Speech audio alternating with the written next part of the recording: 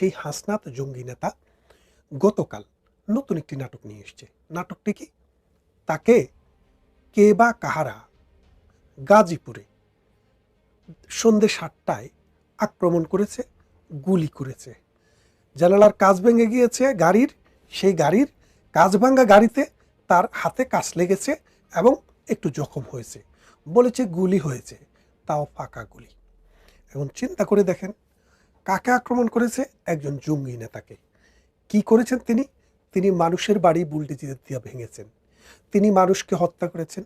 যারা বুদ্ধিজীবী, যারা সংস্কৃতিসেবী, যারা আওয়ামী লীগের কর্মী অথবা সাধারণ মানুষ, এইরকম কোনো লেভেলের মানুষ বাদ যায় নাই যাদেরকে মবের মাধ্যমে এই হাসনাতের নেতৃত্বে হত্যা করা হয়েছে, যাদেরকে এই হাসনাতের নেতৃত্বে যাদের বাড়িঘর পোড়ানো হয়েছে, এই হাসনাতের নেতৃত্বে অসংখ্য মানুষের কারখানা ধ্বংস করা হয়েছে। এই হাসনাত একটা সন্ত্রাসী হিসাবে কানকাটা রমজানের মতো বাংলাদেশে যে অপকর্মগুলো করেছে, এই অপকর্মের ইতিহাস শেষ হবে না। এখন কালকে কেন সেই নতুন নাটক করলো? সাম্প্রতিক সময়ে আপনারা যদি 2 সপ্তাহ, 3 সপ্তাহ, 4 সপ্তাহ পত্রিকা দেখেন, আপনি দেখবেন নিউজ মিডিয়াতে হাসনাতকে তেমন কাভারেজ দিচ্ছে না। টেলিভিশনের বাইরে যে পত্রিকাগুলো আছে, প্রথম পাতায় কোরবানির হাটে গরু নিলে যেভাবে মালা দেয়া, মানে ছবি দেওয়া হয়, এইরকম একদম এই কোরবানির গরুর মতো ছবি দিয়ে দিয়ে তার ফিচার করা হতো। প্রথম আলোর মতো, অন্যান্য 71 টেলিভিশনের মতো, ডিভিএসের মতো টেলিভিশনে তার সাক্ষাৎকার নিত। সেই লোক গত মাসখানেক ধরে তার কোনো ছবি পত্রিকার প্রথম পাতায় দেখা যায় না তেমন একটা। নিউজ মিডিয়াতে তার কোনো কথাবার্তা আসে না। কেন আসে না?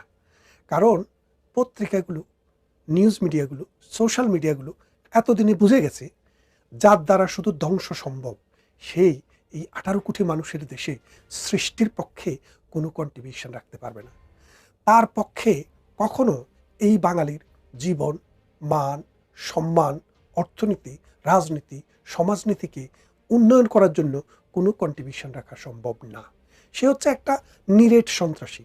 ঘোষণা দিয়ে গিয়ে মানুষের বাড়ি দখল করে, ঘোষণা দিয়ে গিয়ে মানুষের বাড়িতে আগুন লাগায়, ঘোষণা দিয়ে গিয়ে মানুষের বাড়িতে বুলডোজার হামলা চালায়। কেন পারে? কারণ ডক্টর ইউনূস বলেছিলেন যে মেটিকুলাস প্ল্যানের অংশ হিসেবেই কিন্তু এই জুলাই আগস্ট আন্দোলনটি বাংলাদেশে হয়েছে গত বছর। এবং ডক্টর ইউনূসকে তারা নিয়োগ করেছে। কারা? এই সন্ত্রাসীরা, যারা মানুষের ঘর জ্বালিয়েছে, যারা মানুষকে হত্যা করেছে, রেল স্টেশন জ্বালিয়েছে, টেলিভিশন ভবন জ্বালিয়েছে, বিভিন্ন রাস্তায় ঘাটে নৈরাজ্য সৃষ্টি করেছে, তারাই ডক্টর ইউনূসের নিয়োগকর্তা। তাই ডক্টর ইউনূসের পক্ষে নিয়োগকর্তার বিরুদ্ধে যাওয়া সম্ভব না। কারণ বাংলাদেশ তো এখন একটা প্রাইভেট ব্যাংকের মতো।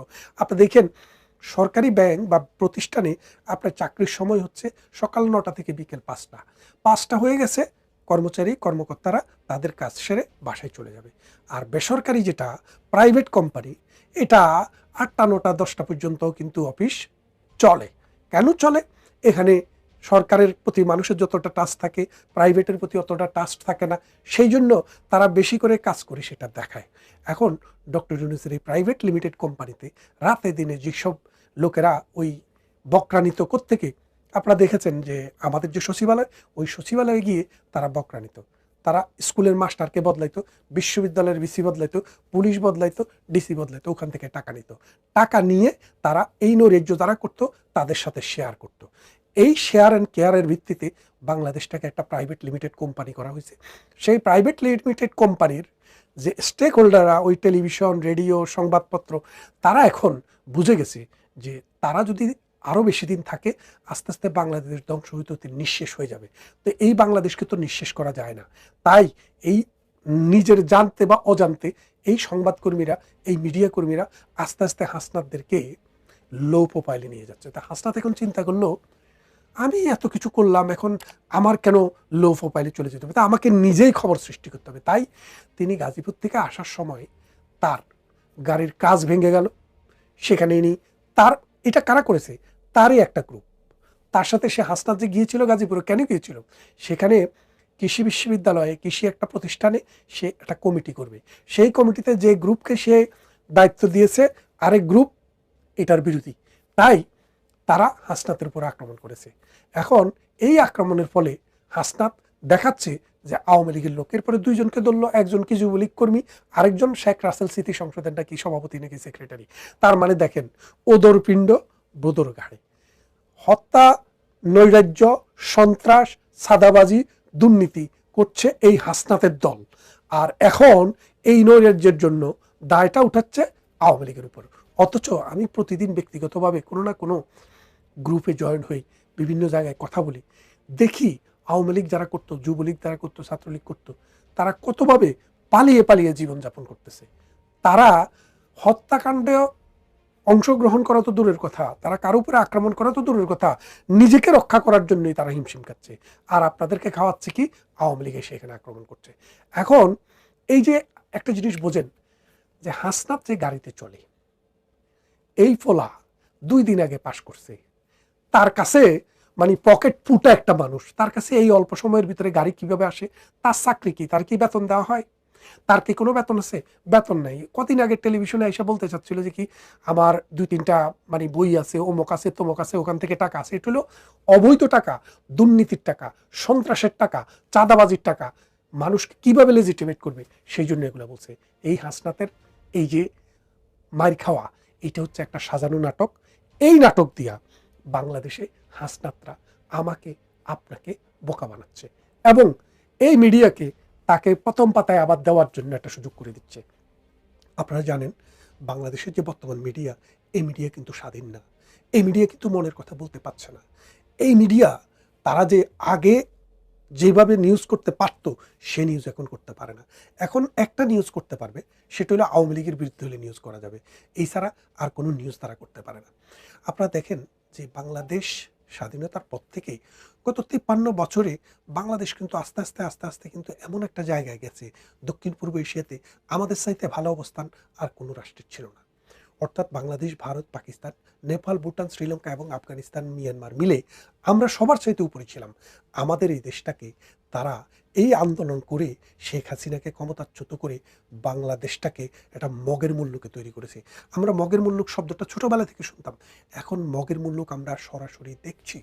এখানে আপনি কারো বাড়িতেই যে মনে করেন গত কয়েকদিন আগে সিদ্দিক নামে আমাদের একজন জনপ্রিয় অভিনেতা, সে আওয়ামী লীগের কোনো সভাপতি ছিল না, সেক্রেটারি ছিল না, আওয়ামী লীগের এমপি ছিল না, চেয়ারম্যান ছিল না, মন্ত্রী ছিল না, অথবা আওয়ামী লীগের কোনো পদ পদবিও তার ছিল না।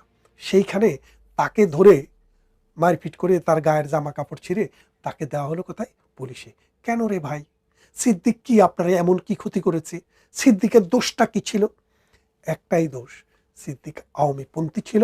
একবার ওই ফারুক মরে যাওয়ার পর তিনি সেখানে নমিনেশন চেয়েছিল, বলেছিল ফারুক একজন অভিনেতা, আমিও অভিনেতা, ফারুকের জায়গায় আমাকে দেন। কিন্তু ফারুকের জায়গায় ওনাকে দেওয়া হয়নি, দেওয়া হয়েছে আরেকজন নায়ককে। তা এখন আপনারা একটা জিনিস বুঝবেন, যে বাংলাদেশের মতো জায়গায় যেখানে একটা দেশ, একটা সরকার বলছে আমরা পরিচালনা করছি, আমরা মানে আগের যে কোনো সময় ভালো সময় চাইতে ভালো সরকার চালাচ্ছি, তাদের উপস্থিতিতে, তাদের চোখের ডগার সামনে মাইরা তাকে যে পুলিশে দিল, এটা যে একটা অন্যায়, এটা যে একটা ক্রাইম। বাংলাদেশে আপনি কি পেনাল কোড চেঞ্জ করেছেন? পেনাল কোড চেঞ্জ করেননি। পেনাল কোড যদি চেঞ্জ না করেন, এই ক্রাইমের জন্য যারা মিডিয়ার সামনে এসে কথা বলেছে তাদের বিরুদ্ধে কোনো মামলা হয়েছে? হয়নি। কেন হয়নি? বাংলাদেশে এখন আইনে ক্রাইমের সংজ্ঞা পরিবর্তন হয়ে গেছে। আপনি যদি এই সন্ত্রাসীদের পক্ষে কথা বলেন, সন্ত্রাসীদের পক্ষে গিয়ে কারো বাড়ি ভাঙেন, সন্ত্রাসীদের পক্ষে গিয়ে কাউকে হত্যা করেন, সন্ত্রাসীদের পক্ষে গিয়ে কারো বাড়িতে বুলডোজার চালান, তাহলে সেটা কোনোভাবেই ক্রাইমের সংজ্ঞায়, অর্থাৎ এটা যে অপরাধ, অপরাধের সংজ্ঞায় আসবে না। বাংলাদেশে এখন অপরাধের সংজ্ঞা বদলে গেছে। এখন অপরাধ হবে সেটাই যদি আপনি তাদের কথা মতে না চলেন, তাদের কথা মতে কাজ না করেন, তাদের কথা মতো অন্যায় কাজে যদি অংশগ্রহণ না করেন।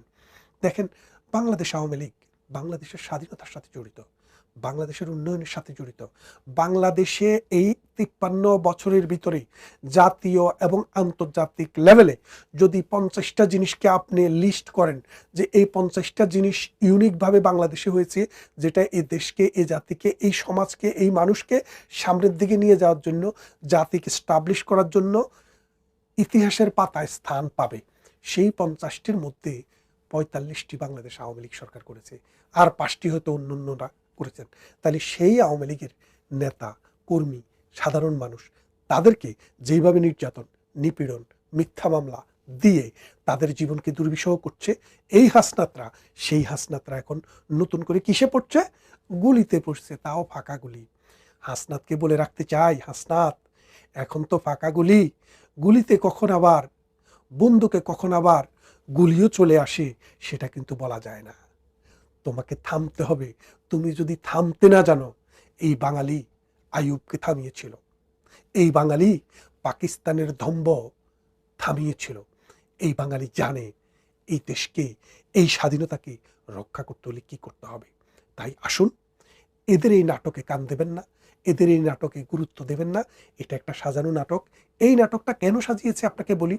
গাজীপুরে তারা কিন্তু আরো একবার ধরা খেয়েছিল। কোথায়?